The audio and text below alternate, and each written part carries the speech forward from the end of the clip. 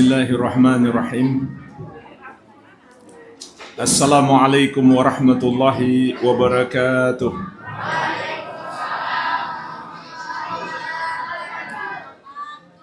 Alhamdulillah. Wassalatu wassalamu ala rasulillah wa ala alihi wa sahbihi wa man walah. Wala hawla wala quwwata illa billahi amma ba'd. Kaum muslimin wal muslimat rahimani wa rahimakumullah.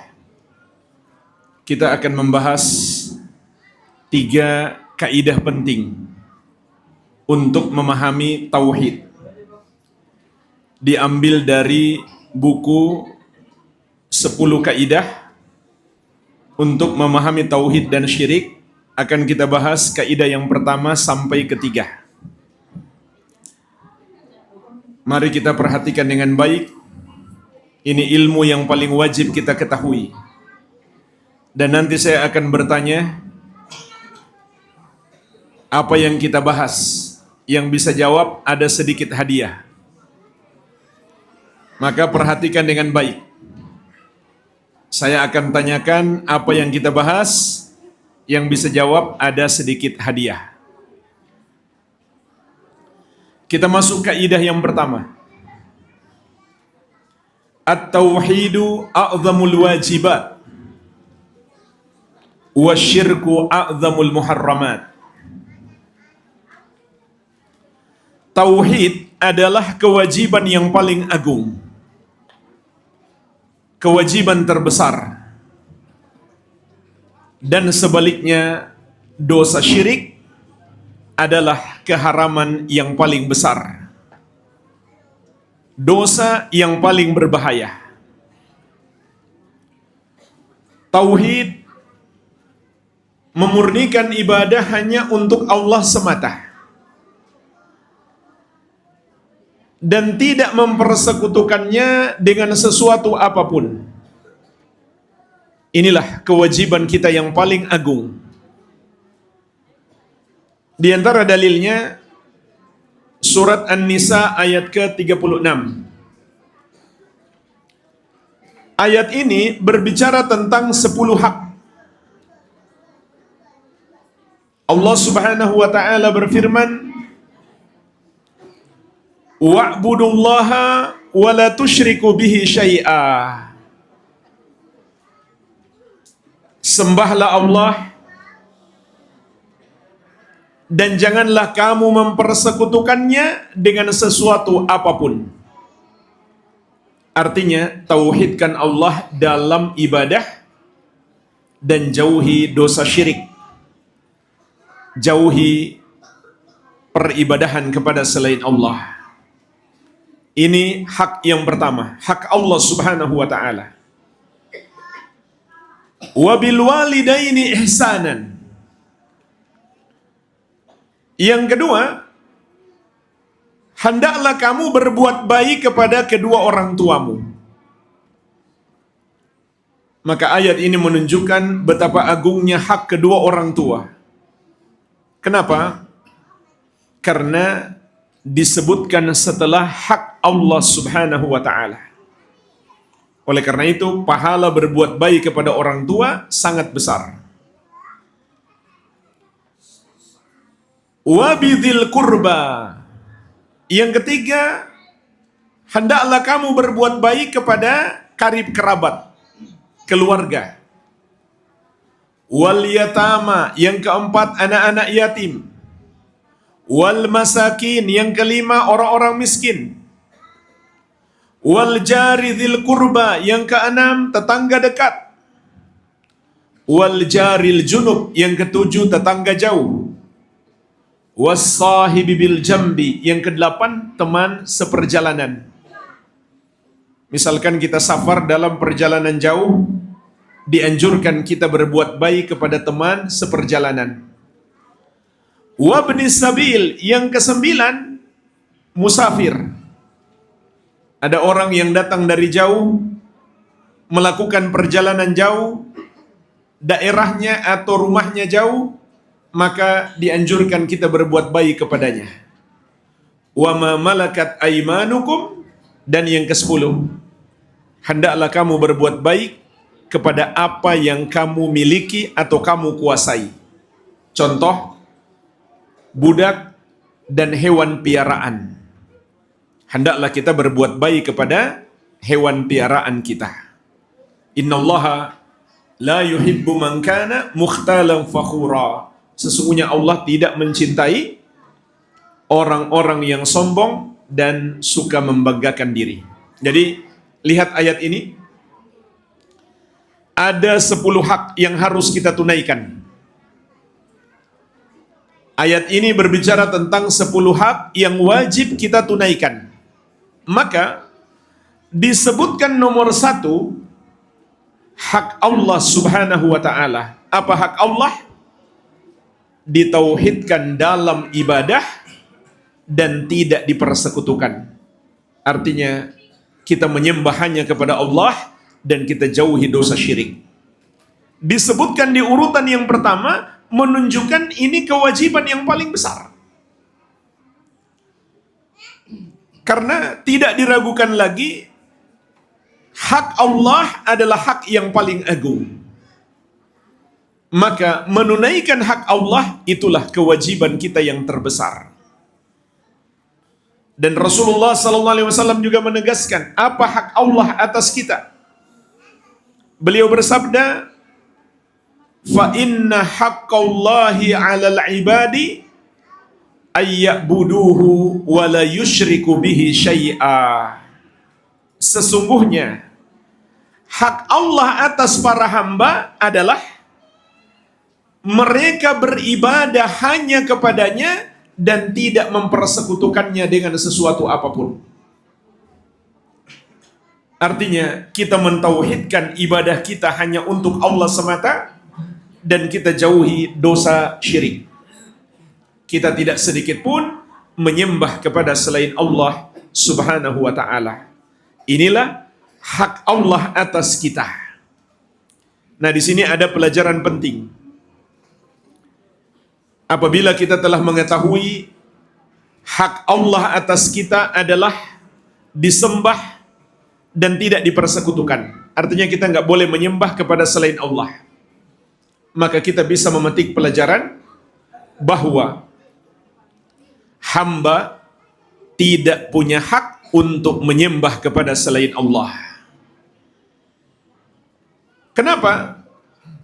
Karena apabila seorang hamba menyembah kepada selain Allah, berarti dia tidak menunaikan hak Allah. Sehingga menyembah kepada selain Allah itu adalah dosa terbesar. Karena itu adalah pelanggaran terhadap hak Allah subhanahu wa ta'ala. Begitu pula, kita bisa memetik pelajaran dari hadis ini, bahwa seorang hamba tidak boleh beragama dengan selain agama Islam. Kenapa? Karena semua agama selain Islam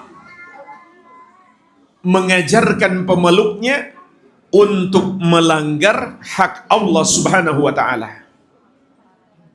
Semua agama selain Islam mengajarkan pemeluknya untuk melanggar hak Allah subhanahu wa ta'ala. Yaitu, mereka ajari pemeluknya untuk menyembah kepada selain Allah. Maka itu adalah dosa terbesar dan pelakunya adalah pendosa terbesar yang disebut musyrik serta kafir. Berarti menyembah kepada selain Allah bukan haknya. Beragama dengan selain Islam bukan haknya. Sehingga dia dihukumi sebagai pelaku dosa terbesar karena dia telah melanggar hak Allah subhanahu wa ta'ala. Lalu pertanyaannya, apa hak kita sebagai hamba? Dalam lanjutan hadis, Rasulullah SAW bersabda, wa haqqal ibadi 'ala Allahi alla yu'adziba man la yusyriku bihi syai'a. Adapun Hak hamba atas Allah adalah Allah tidak akan mengazab orang yang tidak mempersekutukannya dengan sesuatu apapun. Maksudnya, orang yang mentauhidkan Allah, yang memurnikan ibadahnya hanya untuk Allah, tidak sedikit pun dia menuhankan atau menyembah kepada selain Allah, dia dijamin selamat. Maka Allah jadikan tauhid sebagai jaminan keselamatan kita. Karena itulah kewajiban kita yang paling agung. Pasti selamat. Orang yang menghadap Allah, membawa tauhid, tidak membawa dosa syirik sedikit pun, dia pasti selamat. Sebagaimana di hadis yang lain, Rasulullah sallallahu alaihi wasallam bersabda, "Man laqiyallaha la yusyriku bihi syai'an dakhalal jannah, wa man laqiyahu yusyriku bihi syai'an dakhalan nar."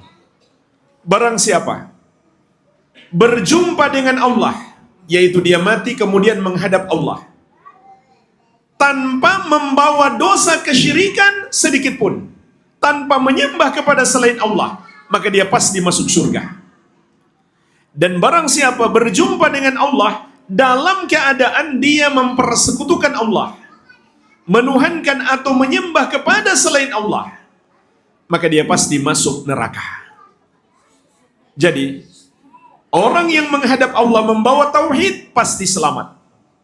Sedangkan yang menghadap Allah membawa dosa syirik tidak mungkin selamat.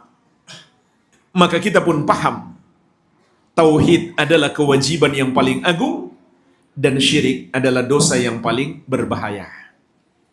Sampai di sini, sebelum kita lanjut, saya tanya terlebih dahulu. Tadi saya sebutkan mengapa hak orang tua sangat besar. Yang mau jawab angkat tangan. Silakan akhi.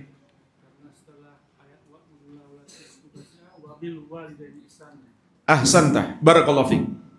Mengapa hak orang tua sangat besar? Karena setelah hak Allah disebutkan hak orang tua. Sebelum hak keluarga, anak yatim, orang miskin, tetangga, dan seterusnya. Menunjukkan besarnya hak orang tua. Masya Allah. Ada sedikit hadiah Pak ya.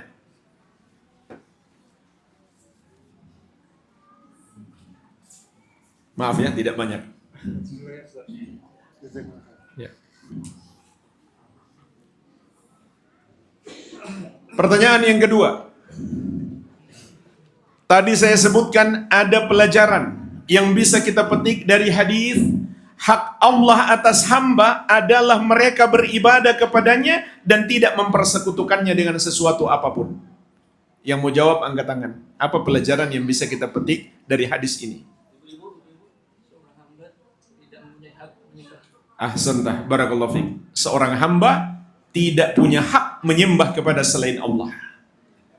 Kalau itu hak dia, tentu dia nggak berdosa. Ternyata dia dihukumi sebagai pendosa terbesar, yang disebut musyrik atau kafir. Pelajaran apa lagi? Ibu-ibu dulu. Masya Allah. Tafadhal akhi. Pelajaran apa lagi? Silakan. Ada sebelah kanan tuh.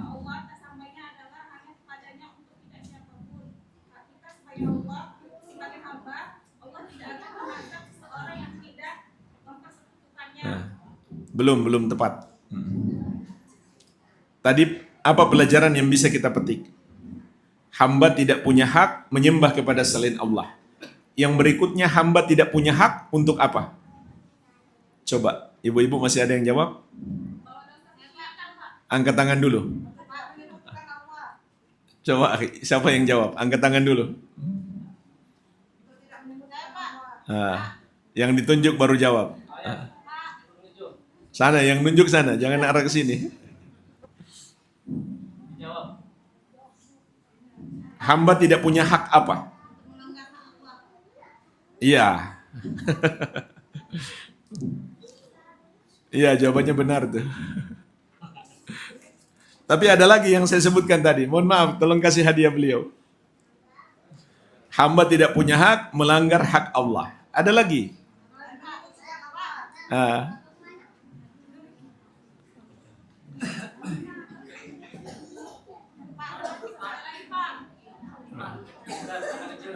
Yang anak kecil mana? Apa? Iya, belum tepat tadi. Nah, yang saya bahas tadi. Ahsanta, barakallahu fiik. Masya Allah, jawabannya benar. Tolong.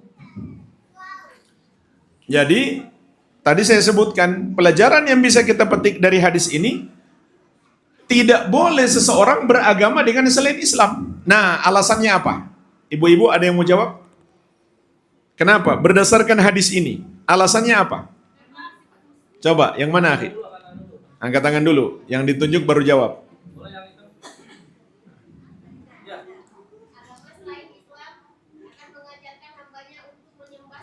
Ahsan, barakallahu fiik. Masya Allah, jawabannya benar. Karena agama selain Islam mengajarkan pemeluknya untuk melanggar hak Allah Subhanahu wa ta'ala. Masya Allah. Kita lanjutkan ya. Kaidah yang kedua. Wujubul khauf minasyirki wa wasailihi. Wajibnya takut terjerumus dalam dosa syirik dan perangkap-perangkapnya.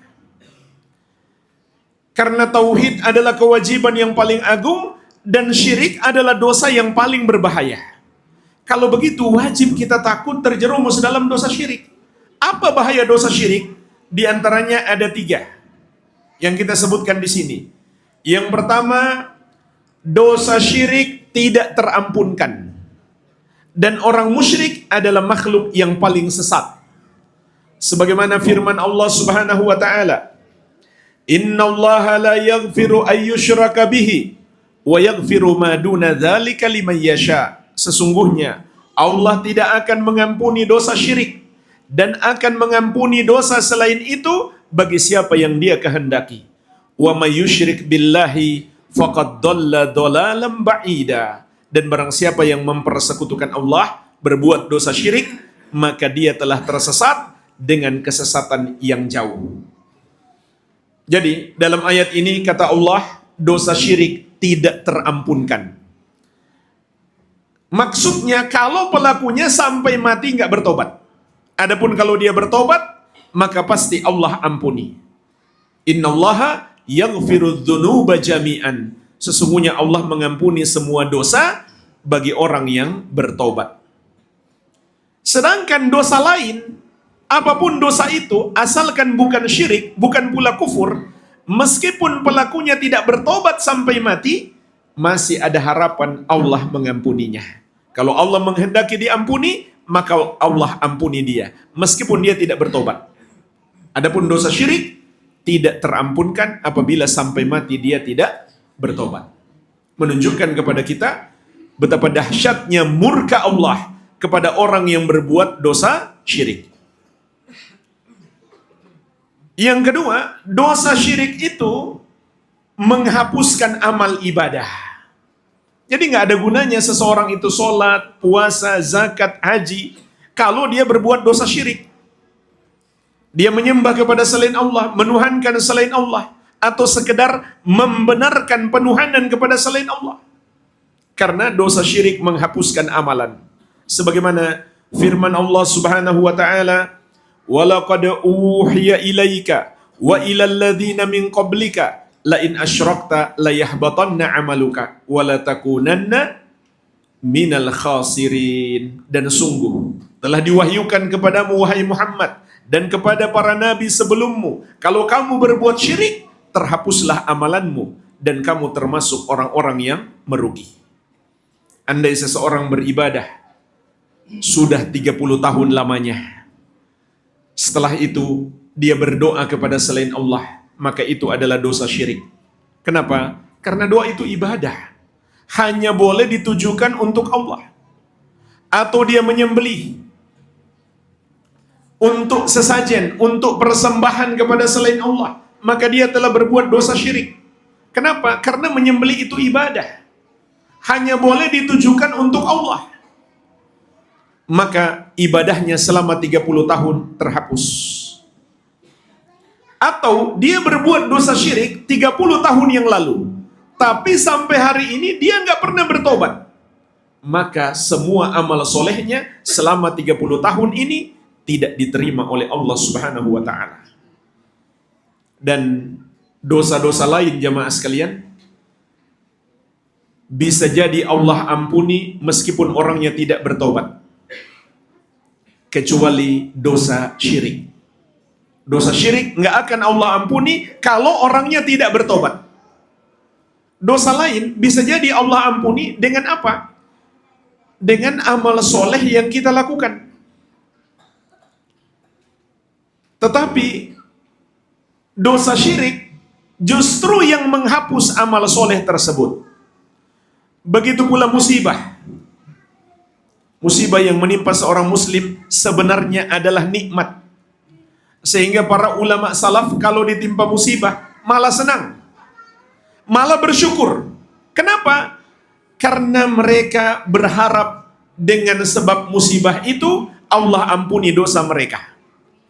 Tapi itu tidak berlaku bagi dosa syirik. Dosa syirik tidak akan Allah ampuni meskipun seseorang itu ditimpa musibah seberat apapun. Ini bahaya dosa syirik. Yang ketiga, dan ini yang paling berbahaya, dosa syirik mengekalkan pelakunya di neraka.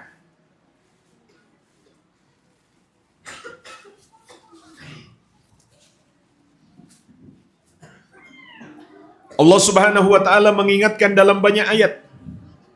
Di antaranya, maka lil musyrikin ayya'muru masajidallahi syahidina ala anfusihim bil kufr.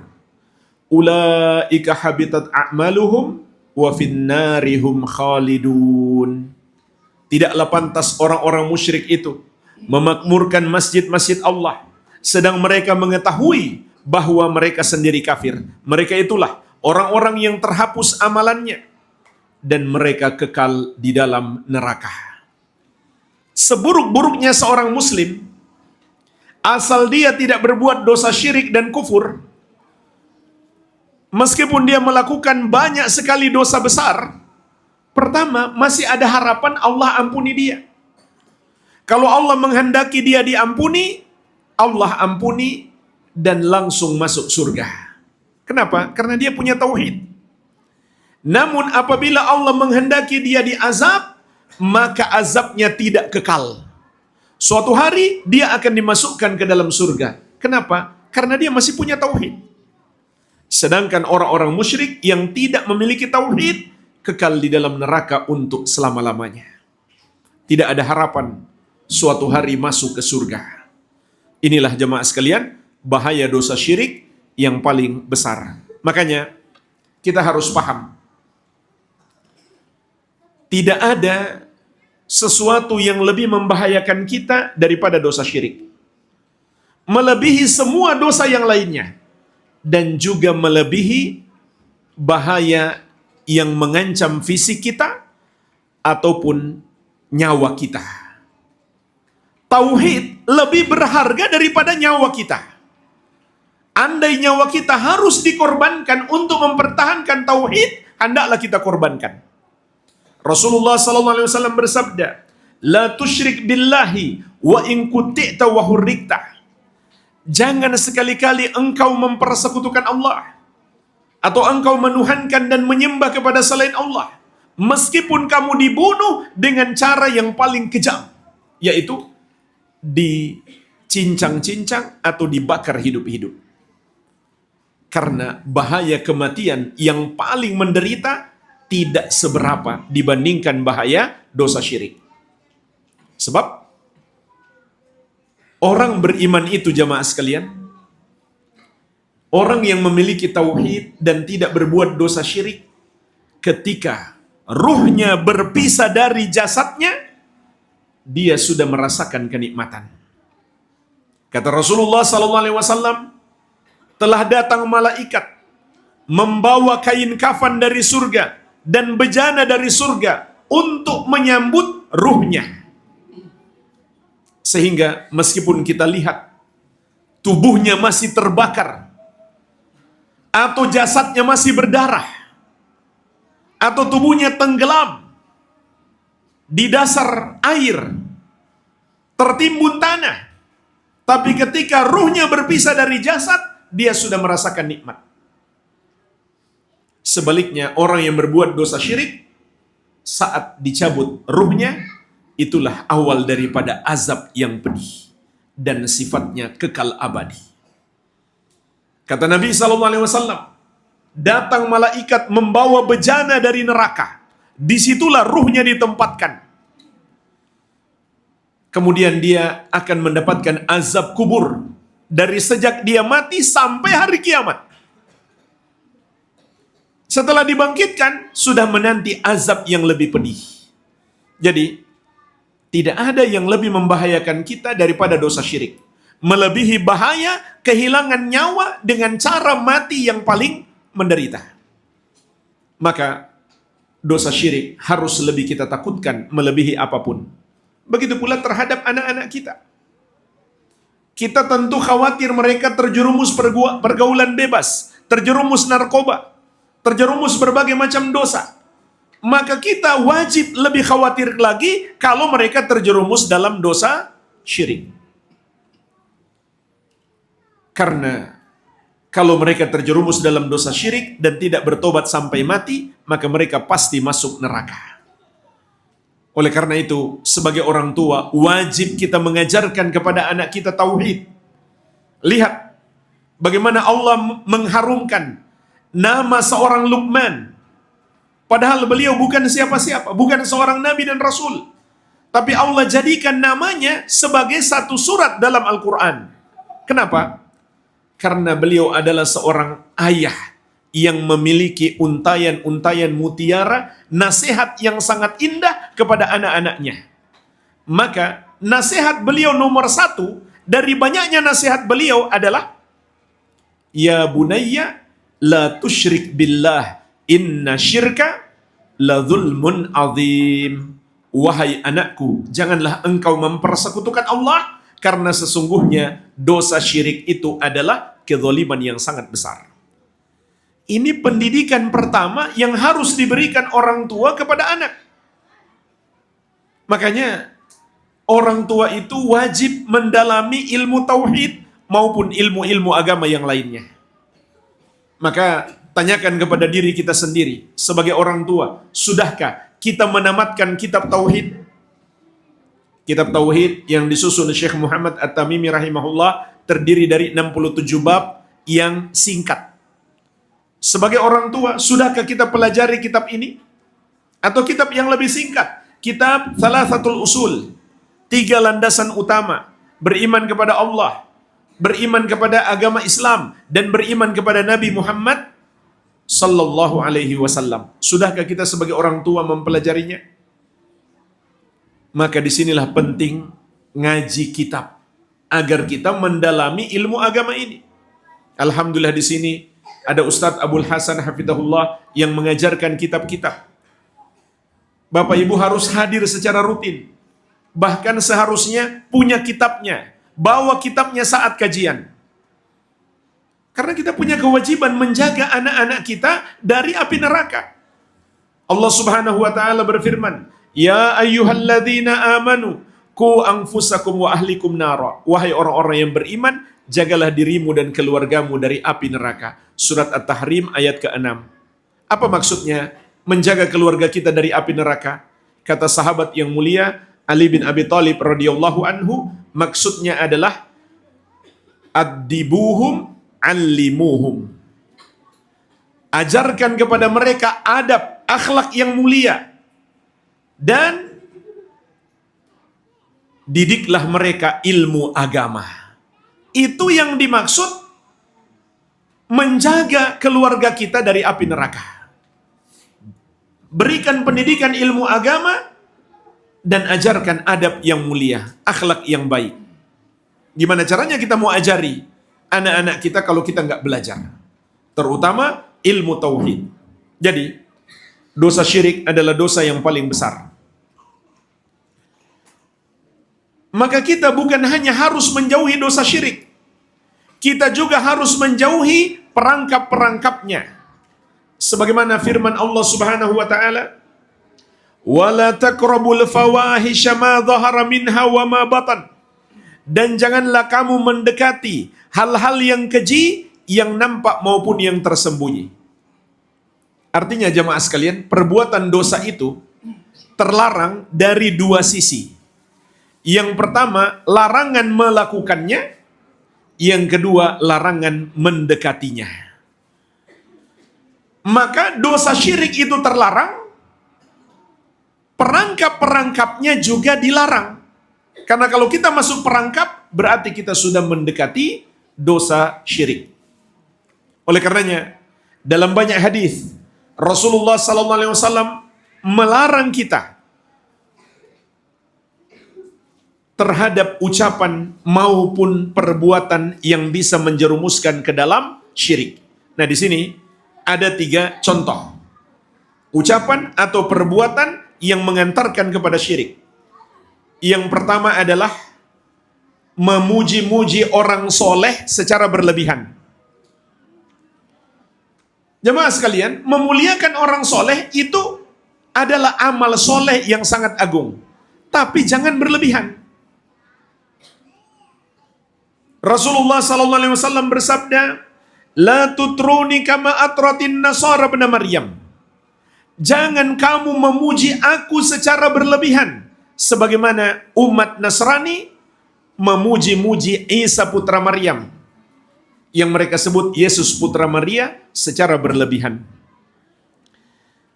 Ini hadis yang mengabarkan kepada kita di antara sebab mengapa umat Nasrani menuhankan Yesus. Karena awalnya mereka puji-puji beliau secara berlebihan. Bayangkan yang tersesat. Karena perbuatan itu hari ini adalah 2 miliar orang. 2 miliar umat Nasrani yang hidup sekarang. Diawali dari memuji-muji secara berlebihan. Yaitu mereka mengatakan beliau itu anak Allah Subhanahu wa ta'ala. Lalu berkembang lagi, beliau itu sebenarnya Allah itu sendiri. Dan seterusnya. Maka itulah sebabnya mereka menjadi kafir.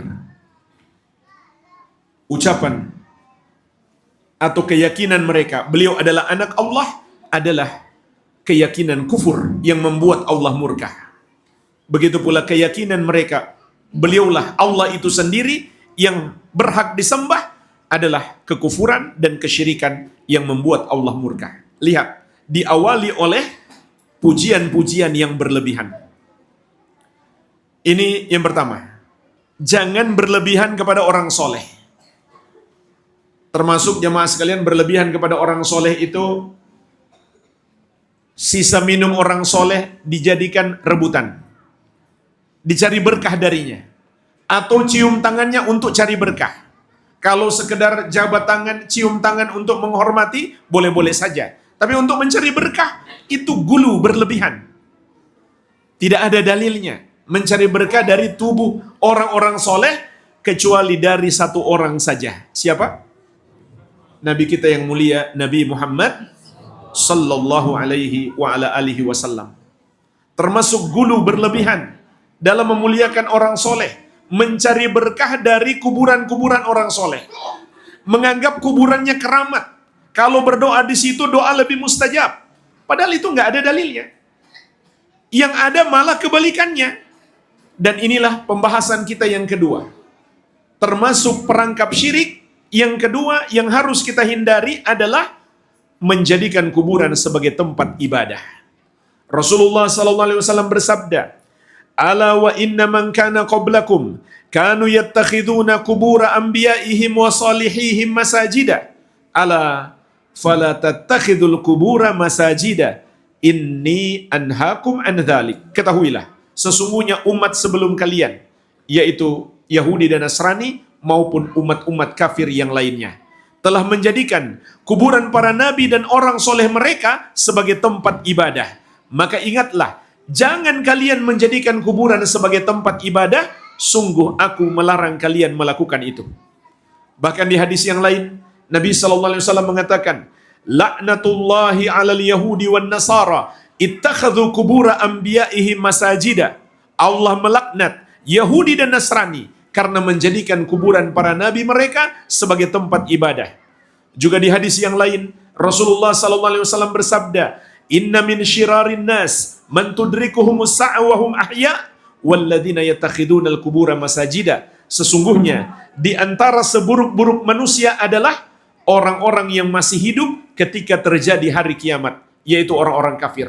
Karena orang beriman sudah Allah wafatkan seluruhnya sebelum terjadi kiamat. Dan yang kedua, termasuk manusia yang paling buruk kata Nabi SAW adalah alladzina yattakhiduna al-qubura masajida, orang-orang yang menjadikan kuburan sebagai tempat ibadah, tempat sholat, tempat baca Quran, tempat memperbanyak doa, karena dia mengira berdoa di situ lebih mustajab. Padahal justru dilarang oleh Rasulullah Sallallahu Alaihi Wasallam dalam banyak hadis yang sahih. Dan pada akhirnya, awalnya mereka berdoa kepada Allah, lama kelamaan mereka berdoa kepada penghuni kubur tersebut. Dan awalnya mereka berdoa agar doanya diteruskan oleh penghuni kubur itu kepada Allah. Itu sudah syirik. Namun kemudian mereka meyakini makhluk itulah yang mengabulkan doanya, nggak perlu diteruskan kepada Allah. Demikianlah diawali dari ibadah di kuburan. Lama-lama mereka menyembah penghuni kubur tersebut. Makanya ini adalah perangkap syirik yang harus kita jauhi. Yang ketiga, termasuk perangkap syirik adalah membuat gambar-gambar atau rupa-rupa makhluk bernyawa. Seperti patung-patung, lukisan-lukisan, dan yang semisalnya. Ini bisa jadi suatu hari disembah. Buktinya, patung-patung hari ini masih ada miliaran manusia yang menyembah patung. Maka dalam Islam dilarang keras membuat gambar-gambar makhluk bernyawa ini.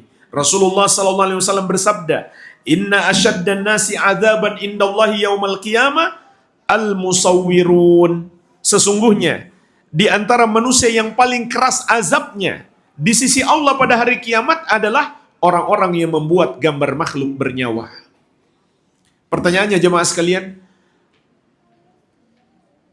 sekedar foto orang soleh, mungkinkah itu menjerumuskan dalam syirik? Jawabannya sudah terjadi. Contoh, ada foto orang soleh dipajang di rumah seseorang.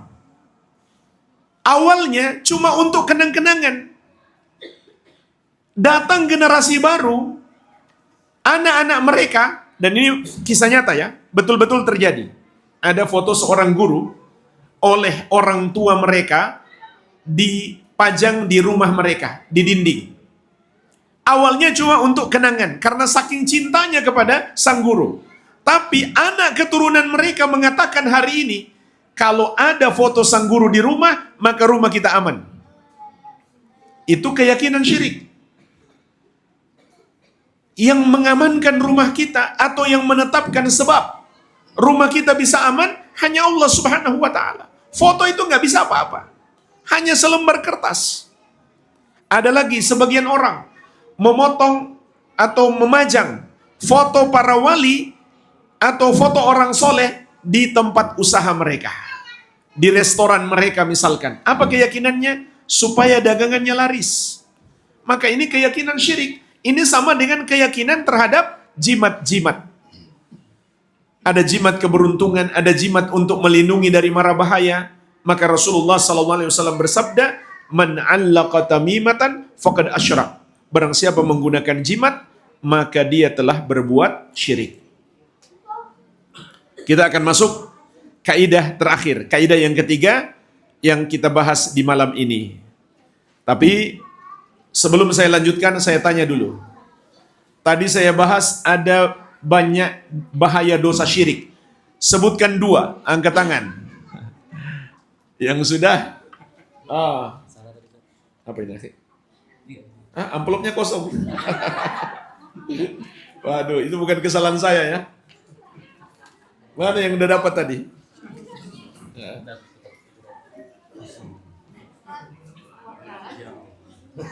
Yang udah dapat tadi mana tuh?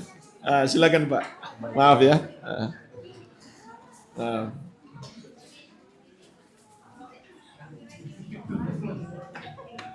Siapa lagi tadi?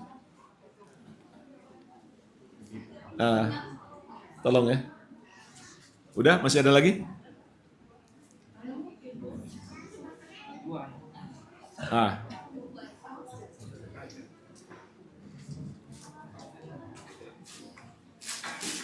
Baik. Yang sudah jawab, mohon maaf ya. Kasih yang belum jawab dulu. Tidak terampunkan apabila pelakunya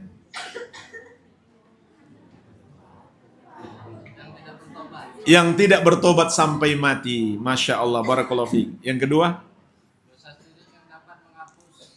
menghapuskan semua amalan. Masya Allah, Masya Allah. Silakan. Cek dulu ya, ada isi enggak? Siapa lagi mau nambah? Ibu-ibu sekarang. Ibu-ibu yang mau nambah. Satu orang aja yang jawab. Bahaya dosa syirik.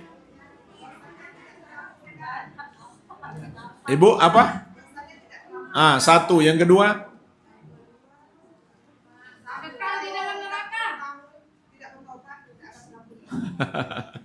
Bukan cuma 30 tahun, Bu, selama-lamanya.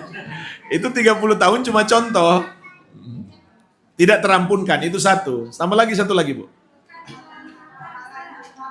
Pahalanya terhapus, Masya Allah. Pahalanya terhapus. Ya. Nah, kita lanjut lagi ya. Atau pertanyaan lagi satu. Tadi ada 3 perangkap syirik. Apa perangkap syirik? Ahsan, tabarakallahu fiik. Masya Allah, memuji-muji orang soleh secara berlebihan. Yang kedua? Menjadikan kuburan sebagai tempat ibadah. Masya Allah, membuat gambar makhluk bernyawa. Dia borong semuanya 3. Maaf, yang lain nggak dapat. Masya Allah, barakallahu fiik. Harus masuk pesantren kamu ya. Ya, masuk pesantren.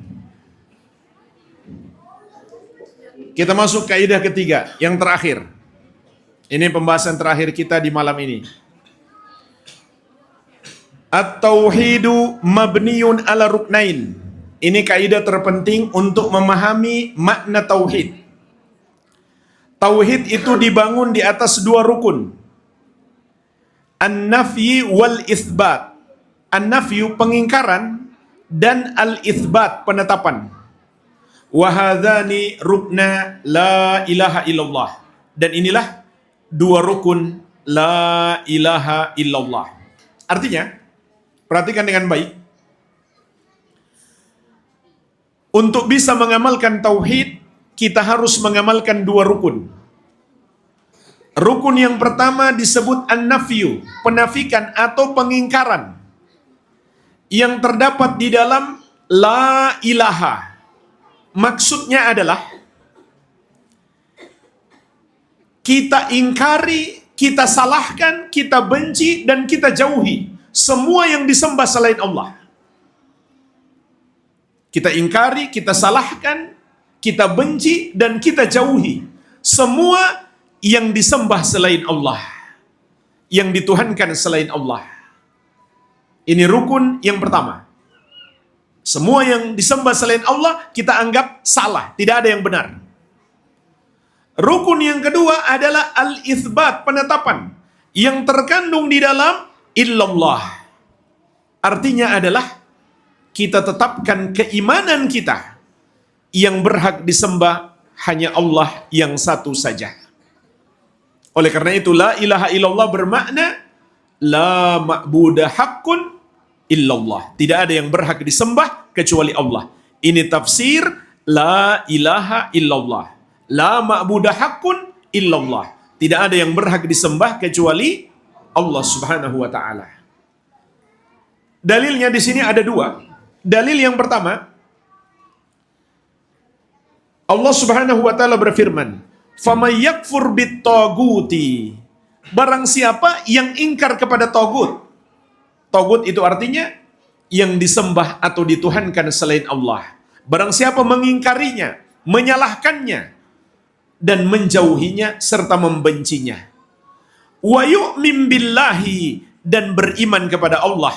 Barang siapa melakukan 2 hal ini, faqad istamsaka bil urwatil wuthqa, maka dia telah berpegang dengan tali yang sangat kuat.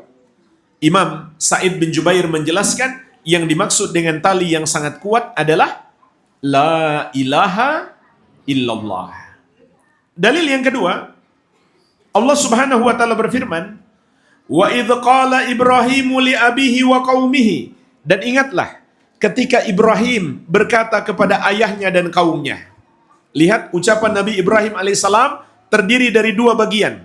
Yang pertama, innani bara'um mimma ta'budun. Sesungguhnya aku berlepas diri dari apa yang kalian sembah. Berlepas diri itu artinya aku nyatakan yang kalian sembah itu salah, dan aku membencinya, dan aku menjauhinya. Ini sama artinya dengan la ilaha. Di dalamnya ada an-nafyu, penafikan atau pengingkaran. Yang kedua, kata Ibrahim alaihissalam, illalladzi fatarani, kecuali yang menciptakan aku. Artinya hanya dia yang aku sembah. Ini sama dengan illallah, kecuali Allah. Beliau tetapkan hanya Allah yang berhak disembah. Fa innahu sayahdin, karena sesungguhnya dia akan memberikan hidayah kepadaku. Wa ja'alaha kalimatan baqiyatan fi aqibihi la'allahum yarji'un. Dan Nabi Ibrahim alaihissalam menjadikan kalimat tauhid itu kalimat yang tetap pada keturunannya supaya mereka selalu kembali kepadanya.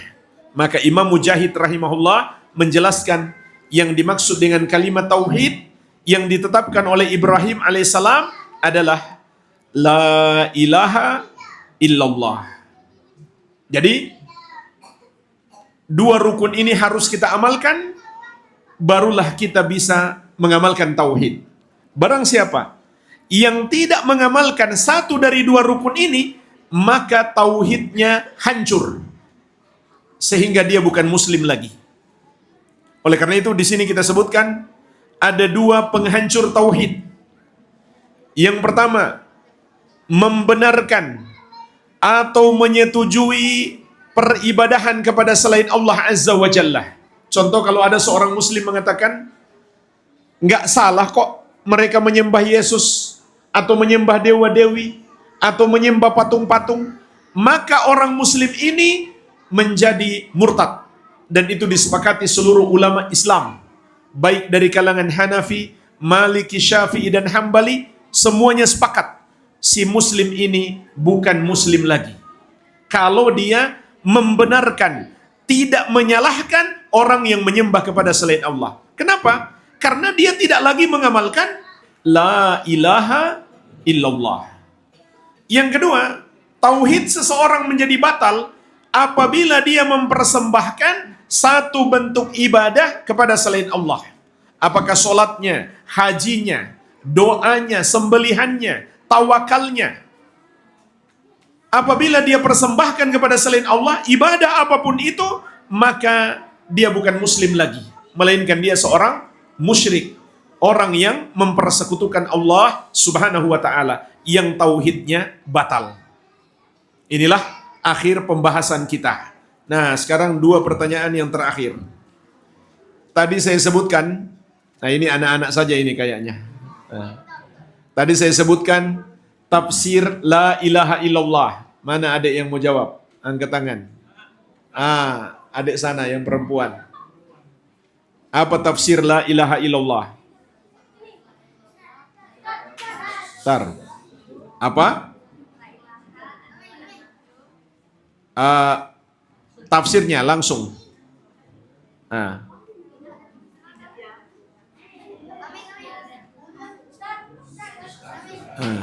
Apa? Apa? Coba diam yang lain. Ya, sudah hampir betul tadi. Coba ulangi.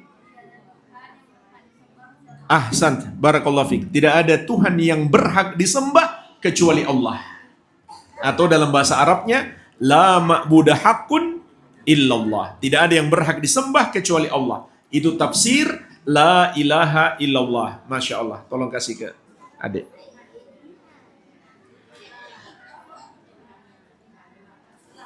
Nah, sekarang adik lagi nih. Yang laki-laki. Tadi ada 2 rukun la ilaha illallah. Yang pertama,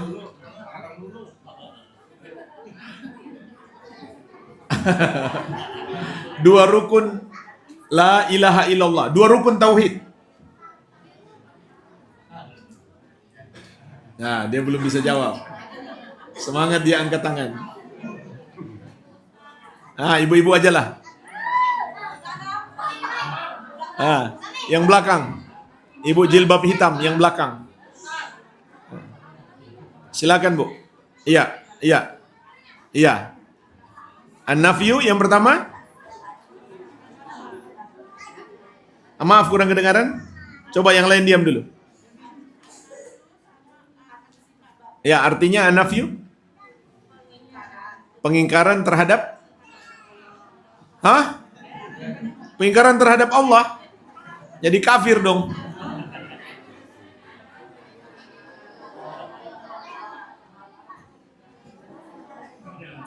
Pengingkaran apa, Bu? Mana tadi yang jawab tuh? Lanjutkan.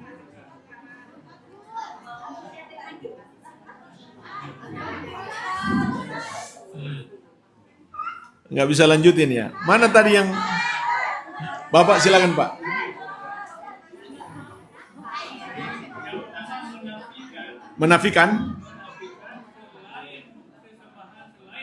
Menafikan semua yang disembah selain Allah. Masya Allah. Kita ingkari, kita salahkan. Yang kedua, menetapkan hanya Allah yang berhak disembah. Masya Allah. Barakallahu fiik. Ya. Nanti insya Allah karena banyak yang hadir, berikutnya saya bawa hadiah lebih banyak ya. Ya. Mohon maaf, sekarang saya pikir sedikit yang hadir, jadi hadiah saya bawa sedikit. Ya. Insya Allah kita lanjutkan di kesempatan yang lain. Semoga bermanfaat. Lebih dan kurangnya saya mohon maaf. Wabillahi taufik. Subhanakallahumma wa bihamdik. Asyhadu an la ilaha illa anta astaghfiruka wa atubu ilaik. Sallallahu ala nabiyina Muhammadin wa alihi wasallam. Walhamdulillahi rabbil alamin. Wassalamualaikum warahmatullahi wabarakatuh.